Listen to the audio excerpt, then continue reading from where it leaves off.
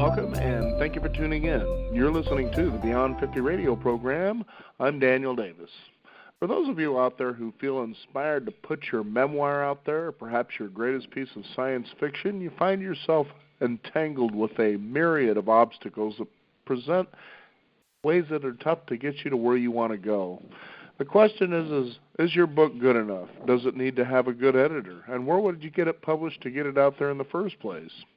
Joining us here on the Beyond 50 radio program today is someone who is considered every writer's best friend as a veteran literary agent.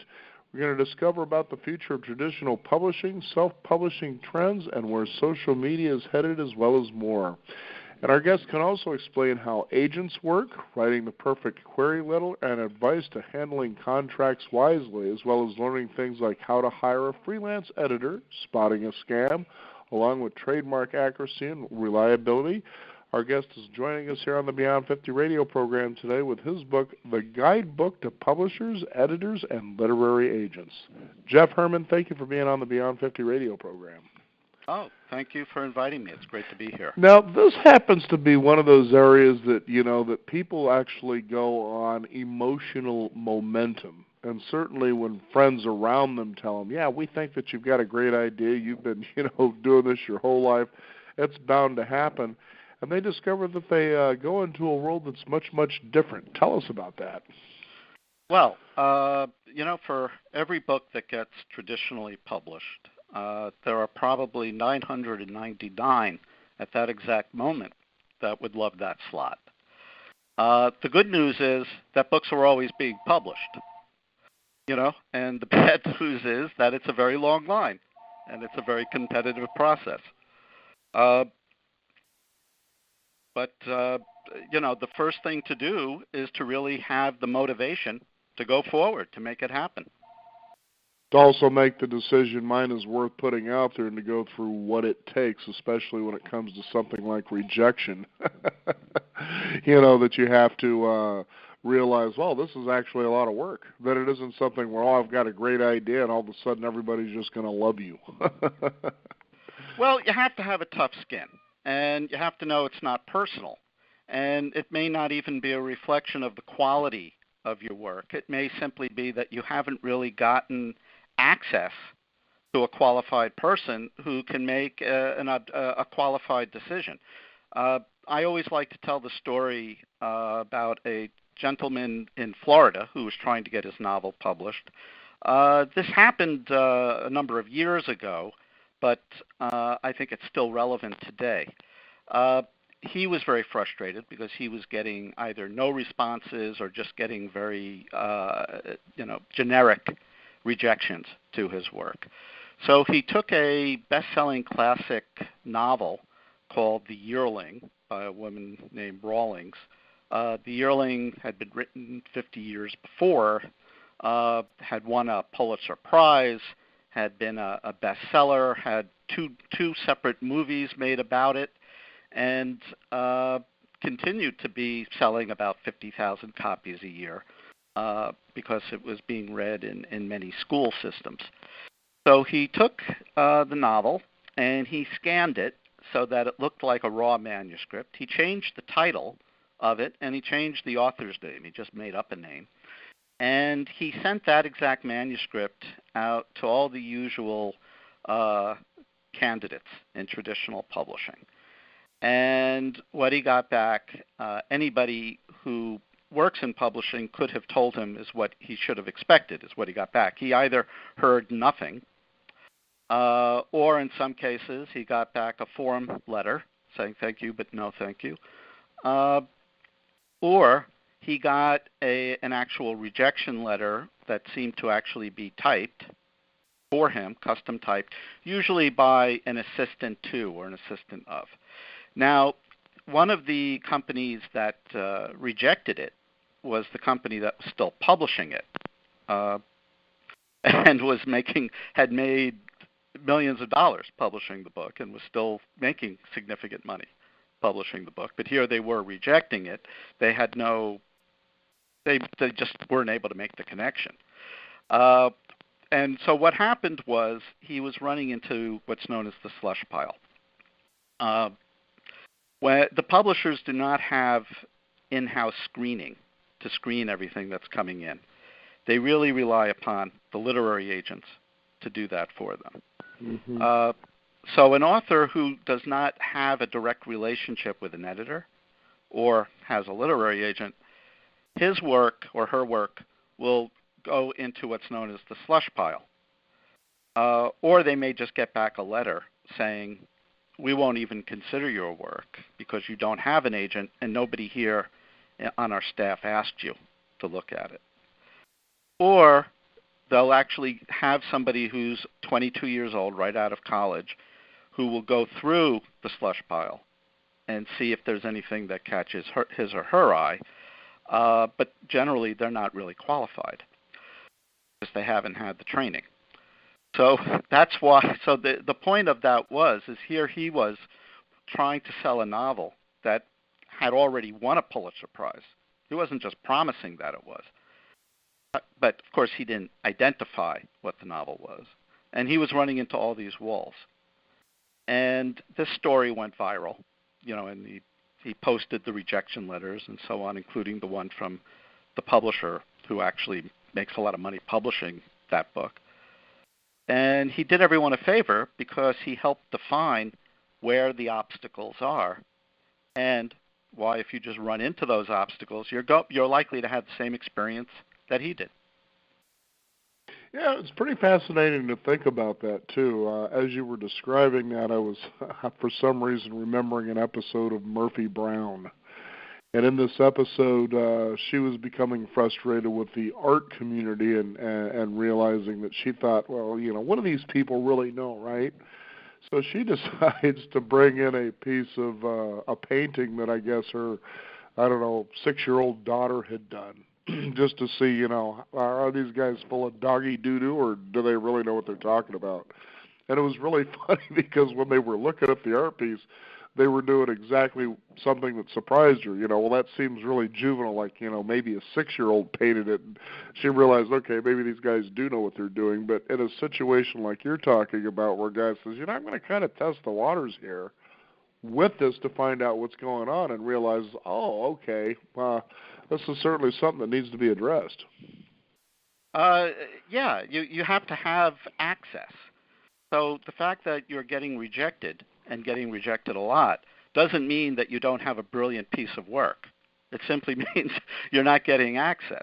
At the same time, a lot of books that do get published, a lot of authors who do get published, they may not be actually writing the best books possible. They may not actually be writing books that are as good as many of the books that are being rejected. But what they have is access.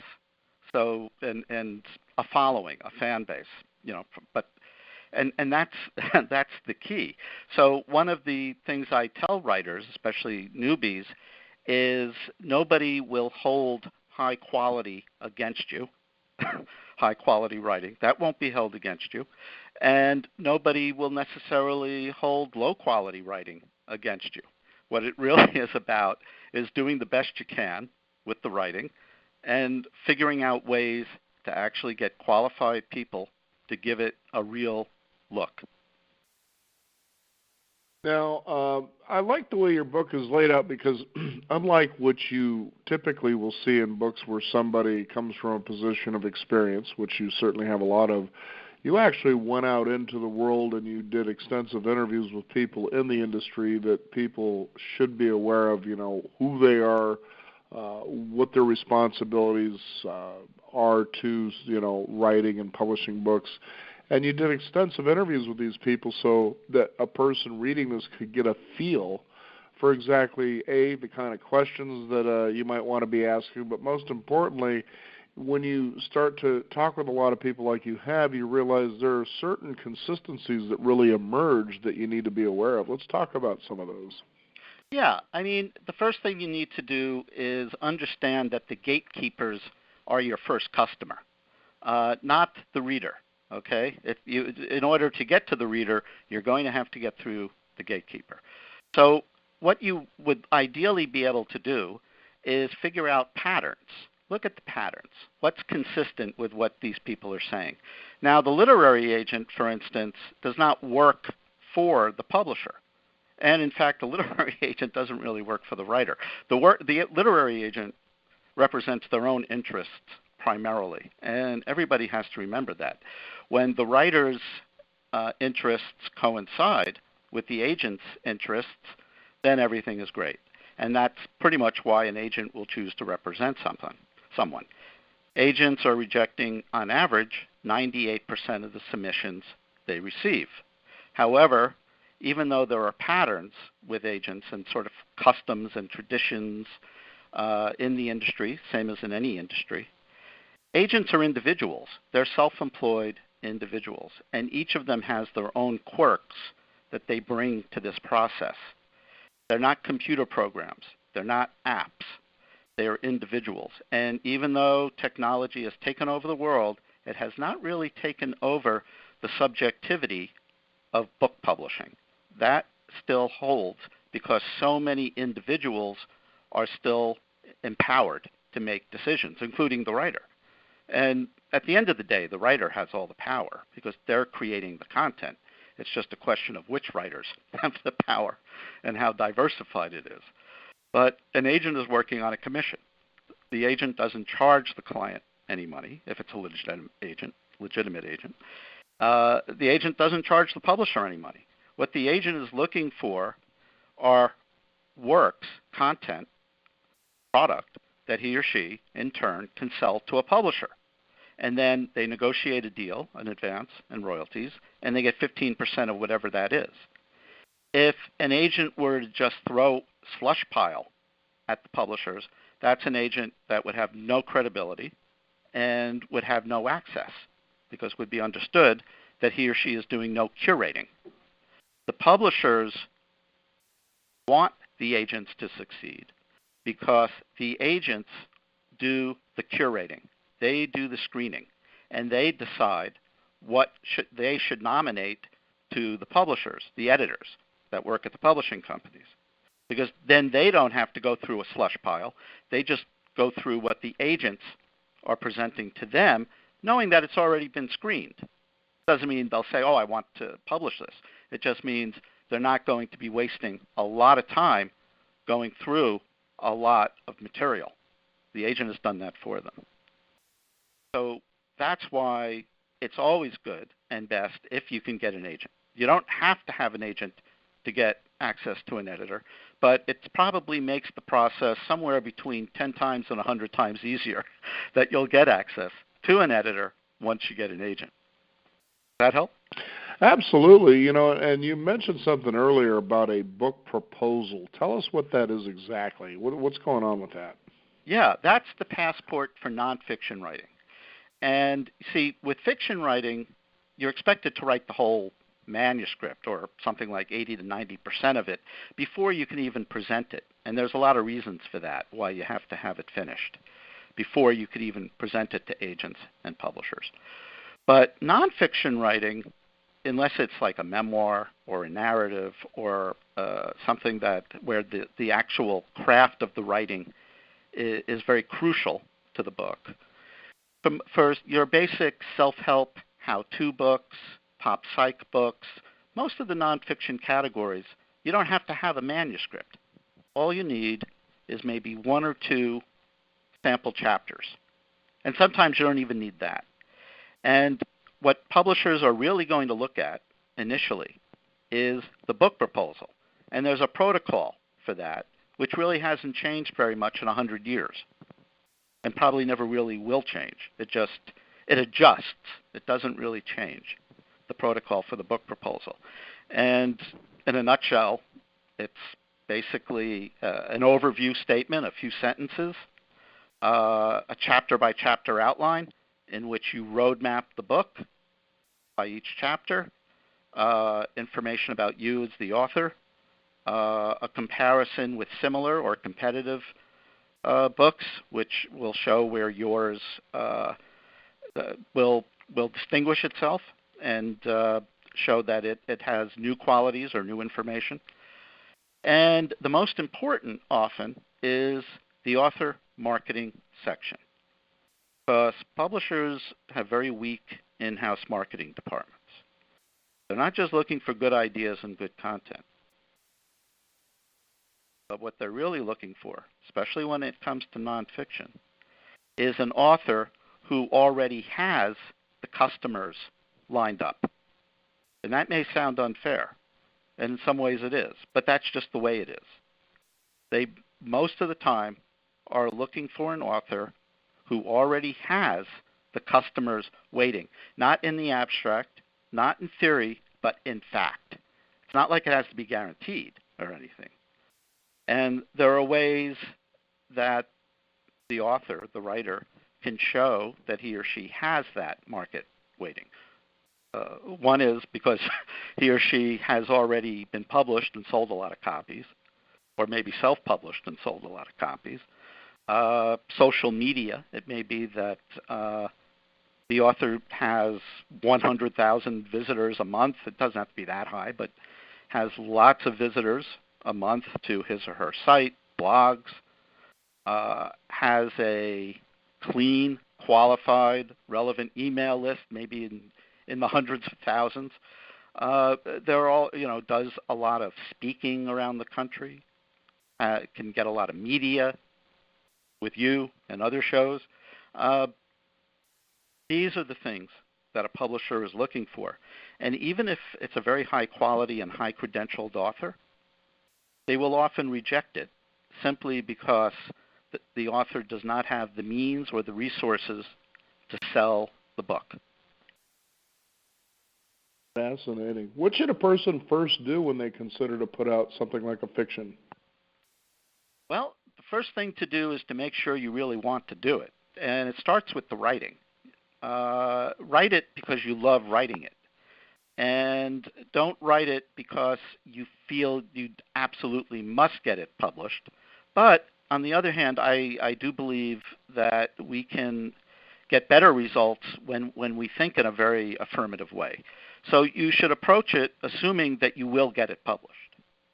But just don't make that the only reason why you're writing it. Do it because you just really like the process, like other things you do. Maybe if you're a gardener, you're a poker player, whatever your other passions are. Make writing one of your passions. Once you have it done, there's certain marketing materials that you'll be expected to generate in order to get access to the industry. One of them is called a synopsis. It's probably a Greek or Latin term, which is basically a 2-page description of the book. Very easy to read, readable description of the book. And that should be almost like written in the same way as a coming attraction would in a movie theater. Just the highlights. You want to make the gatekeeper think and feel that he or she needs now to go to the manuscript. You don't want to give anybody any reasons to say, this is boring. This sounds just another. I've read this very derivative, whatever. You need to give them reasons to want to go to the next step, which is to read the manuscript. Assuming you're going to go to the agent route first, which is what I recommend, you would want to locate agents that work in your area because agents are all over the place. Someone may pitch me, for instance, the very best romance novel ever written, and I wouldn't know. And I would probably reject it as soon as I realize it's a romance novel. Whereas my colleague down the street or down the email line might love it and might not, and make $1 million advance for it or whatever, even though I rejected it in 5 minutes because we are not all doing the same thing. It's a very diversified, editorially diversified. So let's say you're writing a romance novel. You would want to find agents to do that. So yes, you can use my book, Jeff Herman's Guide to Book Publishers, Editors, and Literary Agents, available on Amazon, available in your bookstore perhaps, hopefully. And it's the 2019-2018 28th edition. Because in there, we talked to about 200 literary agents, and each agent explicitly says what they do and don't want to represent. Also, you can go to their websites, and that same information will also be there. They will also explain how they want to receive submissions. So most of them will say, well, we don't want you to email. Most of them say they prefer email, and that's simply because it takes up a lot less space or no space. It takes up digital space as opposed to physical space. And that's been the big benefit of the digitization of the industry, is we don't need as much physical space anymore for everything. I know a lot of the industry, we even think about music, and it's amazing what people can do now in small rooms. You don't need the large room, the keyboards and all that to be able to produce music anymore. And certainly people this day and age, when it comes to writing a book, they feel, well, I could bypass a lot of this stuff, and they feel the first thing out of their mouths is, well, look at how much money these people are charging. Well, there's a reason they're doing that, because they understand the networks and the corridors that you need to navigate to get you to where you should be, which is to get the book sold. And an example of that is we had a friend of ours, this was well over 10 years ago, and she produced a book that we were excited about. However, as it turns out now, for instance, my wife is a pretty good editor, pretty good writer. And she's looking at this thing, and she's like, her writing isn't so good. And this was actually a friend of hers. All the other friends around her were telling her just how great this was, so forth and so on. And she certainly was giving away a lot of books, but she wasn't selling too many. Right. And really, the bottom line is, you're in this business to make money to continue doing business. And if your book isn't going to sell, you might want to start paying attention to what these people are telling you, so you can get to where you want to go. So. Yeah, and it depends on how commercial your expectations are. I mean, the nice thing about CreateSpace and self-publishing is it's immediate. There's no rejection rate as far as no, not at all. it's a zero rejection rate. And as long as your friends are happy, then you're a published author, right? yeah, and you can copyright it, same as anybody else, and you could do print on demand and design a beautiful cover. And you can do it, if you bypass a lot of the pay-for services, which I often tell people maybe they should think about, then you could just download it, or rather upload it, for a few dollars. You don't really have any overhead on it. Right. But then, there's been surveys, and something like, 1 million books are self-published now every year because of the ability to do it. And 95% of those self-published books are only selling 1 to 5 copies a year. So much for financing that home in the Hamptons, right? Right, but if your aspiration isn't necessarily to sell a lot of books, but simply to manifest your book and have it available for friends and families and neighbors and maybe an expanded community beyond that, as long as your expectations are realistic, nothing wrong with that. Nothing at all. It works for everybody. Yeah, I agree, definitely. It's really fascinating to also think of this trajectory, because you bring us into another realm people should be aware of, as you mentioned earlier, about literary agents and how to find the right ones that really have, of course, their best interest in mind, but certainly yours as well, to develop a really good long-term relationship should that be the direction things go.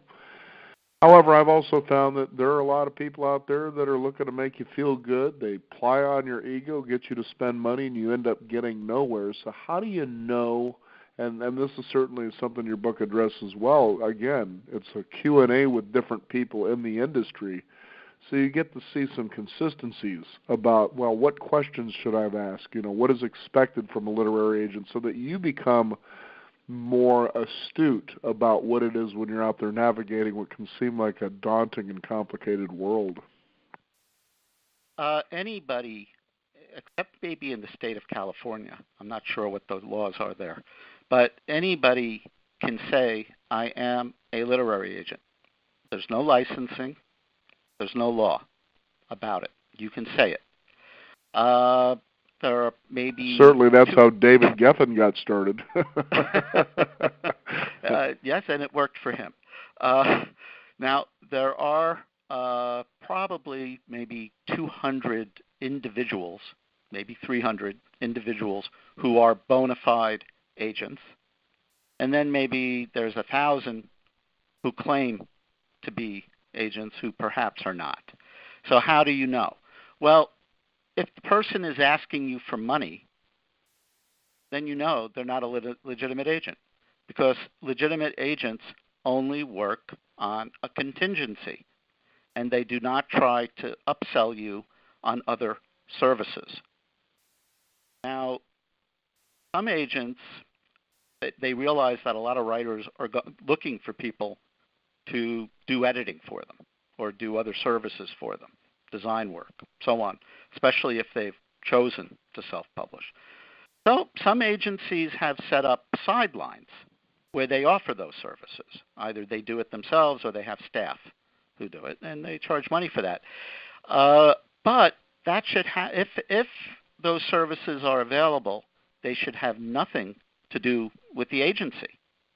They should be a separate entity. And it should be clear that just because you are hiring the agent to do these other tasks, that it in no way should imply that the agent is then going to represent you. So it used to be, in order to be a member of the trade association, a loose trade association called the Association of Author Representatives, membership is not required. But in order to be a member, you were not allowed to have any paid-for services. But as the industry changed and consolidated, book publishing and media consolidated, a lot of agents were suddenly realizing that they were losing revenues, that they weren't selling as many books to publishers, and they needed to find other revenue sources, and they did have the skill set.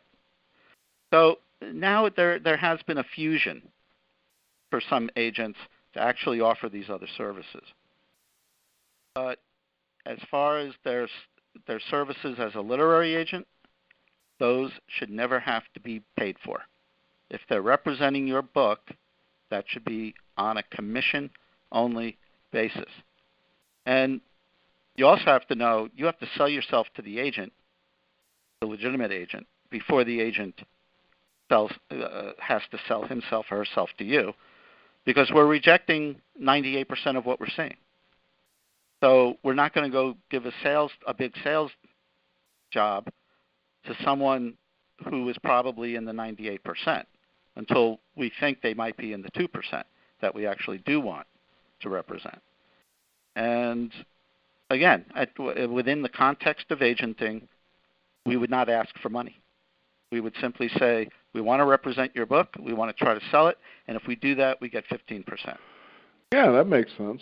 Definitely. I know, because I remember back in the years when I became interested in runway modeling and so forth, and I began to pick up on my radars some things that to me seem to bait people into making decisions into, for instance, getting their kids into modeling.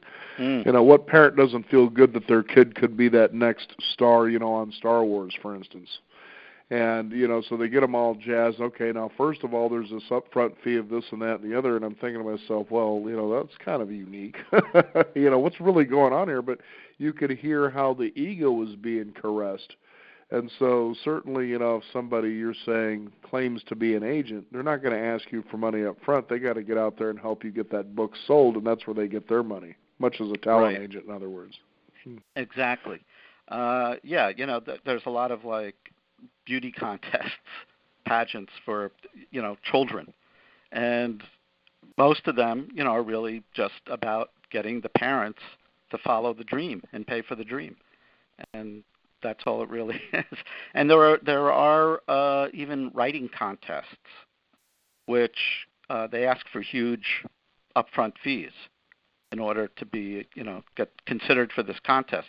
But if they're asking for $1,000 or even $100 to enter the contest, it's probably just for the purpose of generating revenue for the individual or individuals who are running the so-called contest, writers contest. Now, there was someone we know, and this next question's kind of unique because of technology and today, that my wife enjoys following, who does post videos on YouTube, decided to go to the next step and publish a book, but what he did is he published it through Amazon. Now, I kind of wonder about Amazon.com and the way publishers must feel about this platform when somebody can simply publish an ebook to a degree. I think that's what it was. In fact, he did 2 of them, and they became very good sellers on Amazon.com. You know, and that seems to be a unique way people are going as well. Yes, especially in certain fiction categories, the romance category and the science fiction category, and maybe some others. It's important to remember that 50 Shades of Grey was originally a self-published book.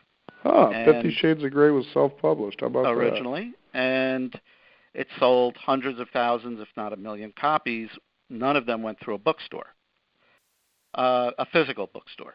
If you publish on Amazon, which anyone can do, and it really costs very little, and they'll pay you a very good, at least 50% or more of the net, whatever they collect, you can do very well, but it's up to you, the individual, to drive the sales. I mean, anybody can upload something to Amazon, but you've got to then find a way to get human beings to go to your page on Amazon. You could have your own website, they click, and then it forwards to the Amazon page. But you have to find a way to get human beings to actually buy your book. And people have figured that out, because one of the things that helps romance and sci-fi is there are a number of real communities, virtual communities, in those subject areas of like-minded people, who do it as much for a passion and a hobby as anything else. And they read each other's books. And they don't really care whether it was Harlequin that published it or Jane Johnson who published it under her own imprint. As long as you are able to figure out ways to get people to go to your page. And publishers, traditional publishers don't have a problem with that. They really don't. They don't see it in any way as undermining what they're doing. Because they probably because in this context, it's kind of like saying it's sort of like sharing music you've already bought to a degree. Yeah, it cross-promotes to their lists, to their catalogs on Amazon. It's not taking. If you're a romance or sci-fi reader, you don't really care who the publisher is if you like the writer. And you will read as much as you can in that category. It's very easy consumerable, those categories, compared to literary novels, which could be 1,000 pages.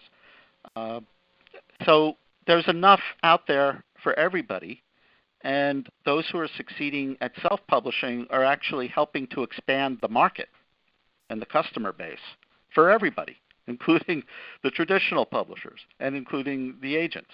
So it just actually brings more revenue to the table.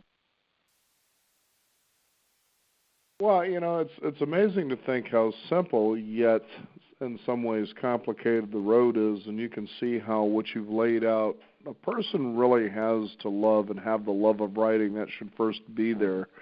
The fact that you think it would be enjoyable for someone to read, for instance, and the one that comes to mind for me, honestly, is Stephen King.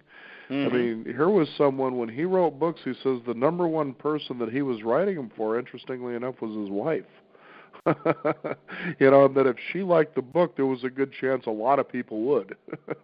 And that's a good way to do it. Right. Uh-huh.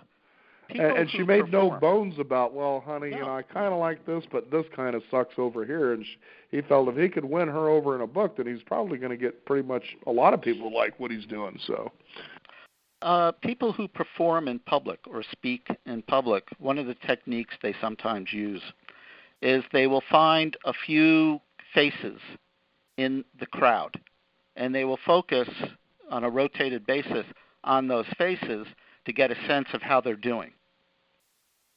And if that survey of the 3 or 4 people that they're actually making eye contact with out of the 1,000 who may be in the room, if they see that that individual is tuning out or yawning or frowning, that's a signal to them.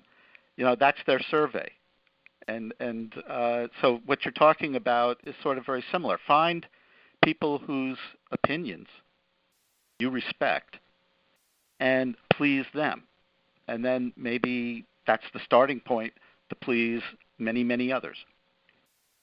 And try not to get too many people who will actually support your bias, as in the instance of my friend earlier that I was describing. Right.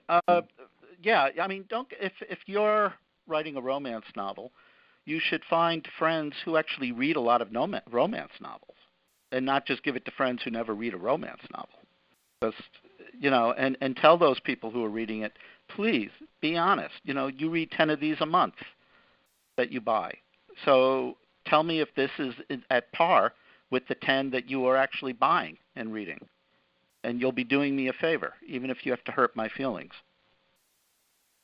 A lot of times, too, those are the kinds of things that lead you in the right direction to begin with. It's really interesting how adversity really helps more than hinders.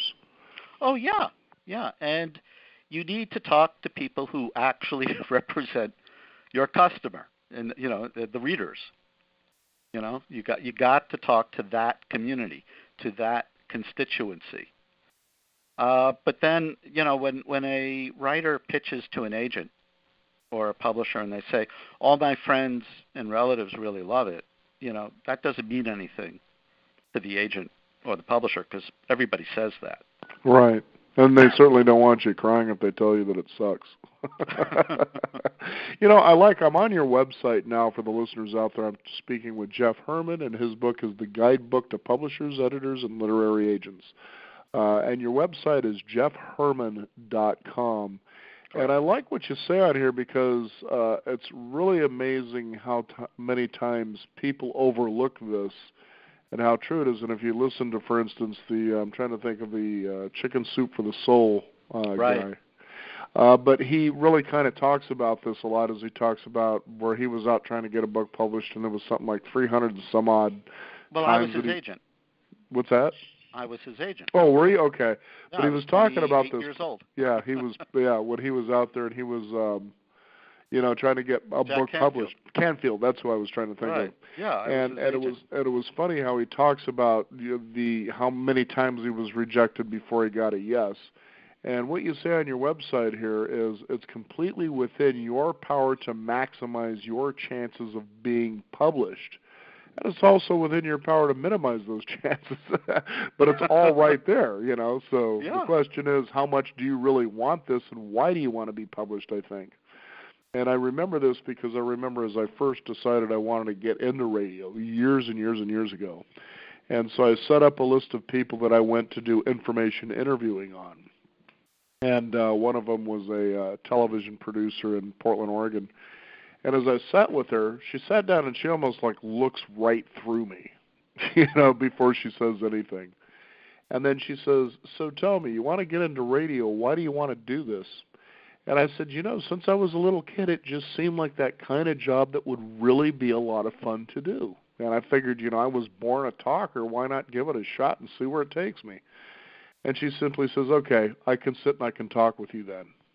Mm-hmm. And I was kind of surprised by that, but she says the reason I wanted to find out what your motivation was, because if you were interested in fame and money, I've got other things to do. That told me volumes, like that was a sincere, answer. And it should be that way for people, I believe, who write books. Yes, you have to be very passionate about the process because less than 1% of the people who are getting published are actually able to quit their day jobs. And that's 1% of the people who are getting published.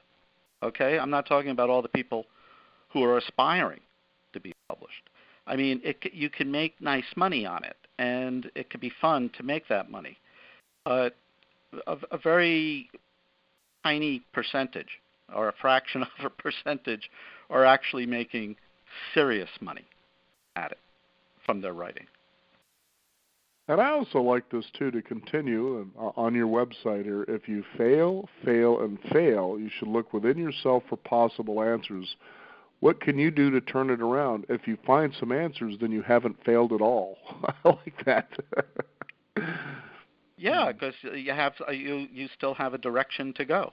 It's always a question of finding another window, another door. We can all create our own failures. It's very easy, and I'm sure everyone does. With anything you do, whether it's something trivial or something very significant. And a lot of people who have written high quality material content will not get published because they're finding all kinds of ways to disqualify themselves from the process. Whereas there are people who have written less brilliant material and yet are very successful at getting it published. Because being a good writer is different than being a good published writer. The two don't go hand in hand. Yeah, I remember the author of the Rich Dad, Poor Dad series talked about the very thing as well, about how he ended up kind of in a small heated argument with an academia, and she had published a book and was saying, well, my book is much better than the stuff you're writing. And he says, yeah, but you don't understand. My title is best-selling author. There's a difference. Right. He knew how to, just like a politician would do, or just like Ray Kroc did many decades ago with his hamburgers. You need to know how to form a trusting relationship and be noticed. And people have to people have to know that you exist, and they have to know that they don't mind that you exist. Because if they mind that you exist, it's going to be very hard to get them to support your product. Now, there's another thing, too, because of the industry that I'm in broadcasting, is there's another element that we haven't talked about yet, but that's that of public relations. Now, I know that's much different from being published. These are sort of like your campaign managers, if you will, that help get you out there. Because, when you would publish Jack Canfield, you might be familiar with Ariel Ford. Does that name ring a bell? Of course. Okay. Sure. Yeah. Met her and talked with her many times over the years. And there was one time she had sent a guest my direction, and she was actually, I guess, her best friend or one of her best friends. And after the interview, we sat and chatted for a bit, and she said something that made a lot of sense to me. She says, Ariel's a real tough cookie, as far as getting her to represent you, because she has a rule that she won't represent someone she just doesn't like. And there's the key there is finding someone, for instance, an agent that you both like each other. That's got to be a very important part of the process, doesn't it? Well, I'm going to qualify that. It doesn't have to be someone that you want to be personal friends with. No, but someone right. that you like and, respect. Yeah, right. I got you. It has to be someone that you feel isn't crazy. Let's put it that way. And the agent has to feel that way about the client, that this is going to be a rational, reasonable business relationship. And if we enjoy each other beyond that, that's a bonus. What we want to avoid is high-maintenance situations, which distract from the business at hand, which is to make good deals and sell a lot of books. Gotcha. It's just really eye-opening to have professionals like yourself on the program, especially when people are approaching midlife and they're thinking about maybe that memoir. What do you want to do with that? Something for the family or something the whole world should hear your story and maybe be inspired with? And to know that there are works out there like yours that can actually help drive home exactly what it takes. And once you're there and knowing that, then the journey should become really fascinating, I would think. Yes, it's very exciting to, especially if it is your passion. Whenever your passion has positive motion, that's very fulfilling. Whether it's as an amateur tennis player, just playing your local court and tournaments, or getting a book published by a major traditional publisher. I mean, what could be more fulfilling? And in the end, you think about it, the journey really is a lot better than the end result. Because once that book is to that point, you're like, yeah, I want to write something else because I really enjoyed that process quite a bit. What Yes, I learned and who I got to know about. Yeah, getting, once the book is published, that could be sort of like postpartum depression for some writers, especially if they haven't gone through it before, because there's so much urgency that goes into actually writing the book, and then the process of crunching it through with your editor and, all the other preparations that have to go into it. And then all of a sudden it gets published, and it's out for maybe 30, 60 days. You do a little bit of publicity that you generate or your publisher generates for you, and you get some articles and accolades. And very often then things become very quiet. Everybody has moved on. Your editor has moved on to the next project. Your all the team, all the players at the publishing company are now, they've moved on to the next project. You become the backlist. And I know that.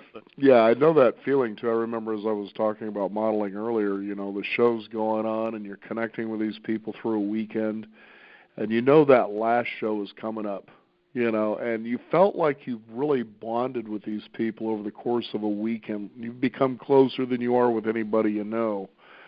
Once that last show is over and you're exchanging phone numbers and emails and so forth to stay in touch, you never stay in touch with these people. They just move on. And time moves on. It does.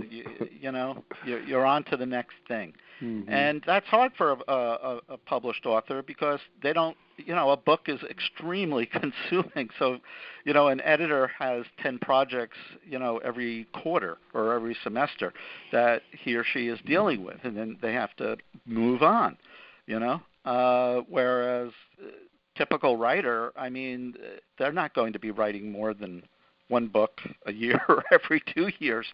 So even though everyone else has moved on, they're still, but wait, I'm still here. This is my book. And lastly, I think this would be a great way to leave the listeners as they think about this whole process, and there's certainly quite a bit that you cover here, and I like, again, that you used an interview format for people in the industry, what they do, and the kinds of questions that are asked. But most importantly, the one that really captured my eye, that really stood out, is about the book itself. And I think a lot of people who really haven't published anything yet, who believe they're on their way to doing this, think of a book as that thing you open and there's a story or there's something in there. But I think this really sums it up in such a way that people should really consider, and that's this, is that a book is not just a product, but it's also a service at the same time, which makes it very unique. And you had one of the questions that was asked in the book was, how do some books stand out and become stellar, whereas others are kind of, let's say, in the shadows? And the answer to that question is it's because that particular book either, got to somebody in a way that made them nervous or made them hopeful. And I found that very unique. I'd never seen anything like that before. Yeah, and that makes a lot of sense. It makes a connection. It's very hard for people to pay attention. Right. And that's why Stephen King was successful, because he made you nervous. Yeah, it's very hard to retain something beyond 10 seconds.